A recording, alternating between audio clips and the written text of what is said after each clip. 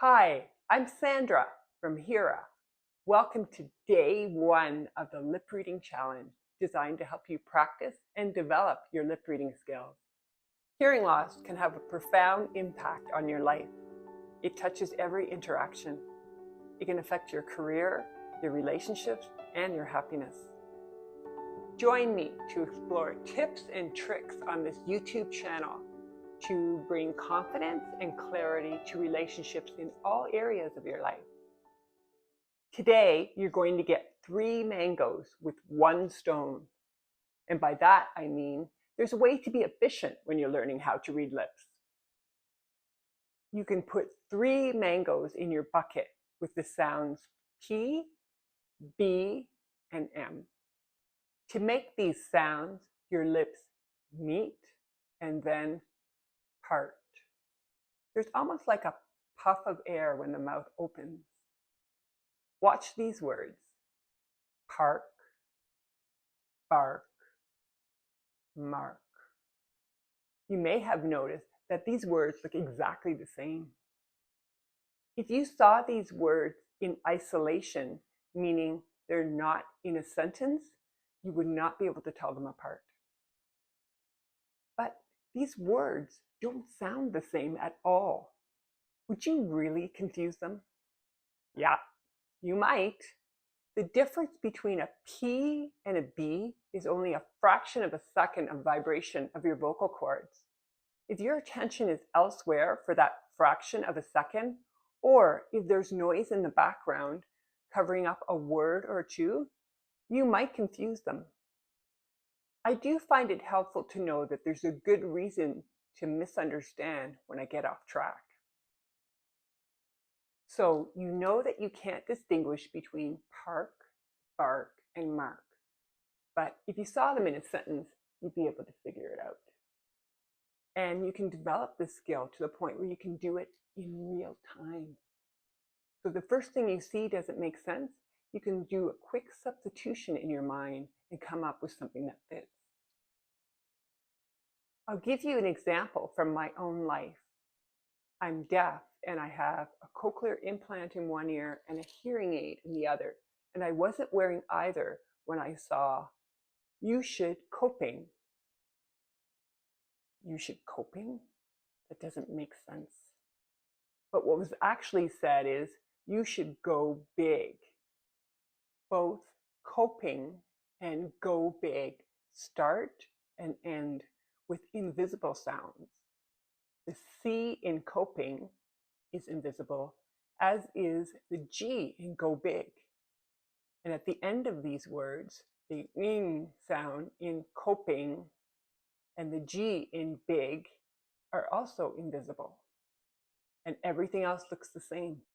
So I ended up getting it by making that quick substitution, and also because of a gesture. He said, "You should go big." I want you to learn to make substitutions in today's lesson. Let's try it. I'm going to say a sentence with a P, B, or M error, and I want you to make the substitution. I'll give you an example. If you saw, "Have you ever been to Banff National Park?" Then you would think, okay, so Banff National Park isn't right. How about Banff National Bark? No, that's not it. Okay, Banff National Park. You see how that goes.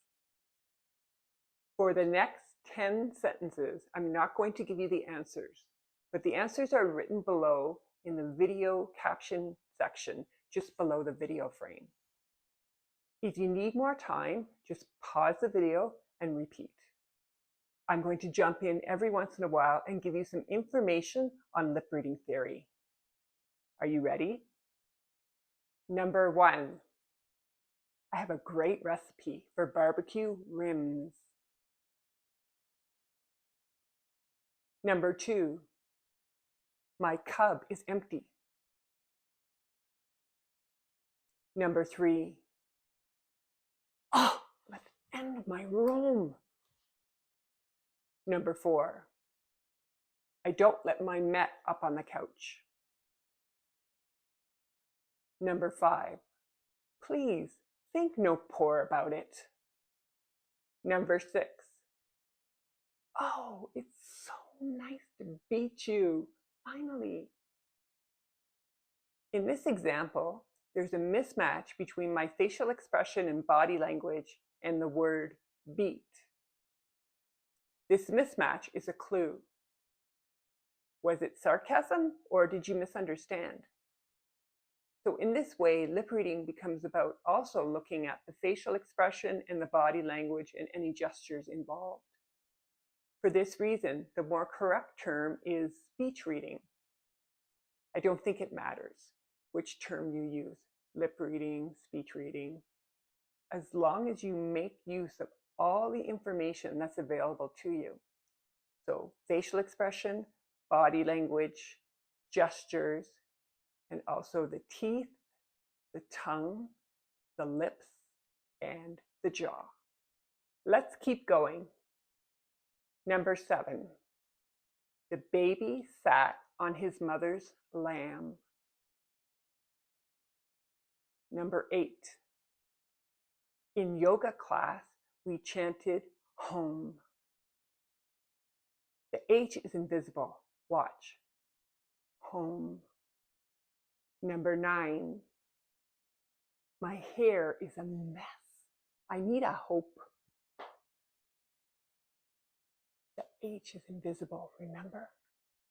What's another invisible sound that you learned about in this lesson that you could put at the beginning of hope? And then make a P, B, or M substitution at the end. I'll say it again. My hair is a mess. I need a hope. Number 10. Same thing as number 9. Make a substitution of the invisible sound at the beginning, and then make a P, B, or M substitution at the end. Help! I'm being chased by a wild boar! If this exercise did not make sense to you, read the answers in the description section below the video frame and then repeat the lesson. There's also some extra substitution practice for any keeners out there that are alongside the answers. I love keeners. Same. One more tip. P, B, and M are homophenes. Homophenes are groups of sounds that look alike. And when we're learning how to lip read, we learn about the sounds in groups of homophenes where possible.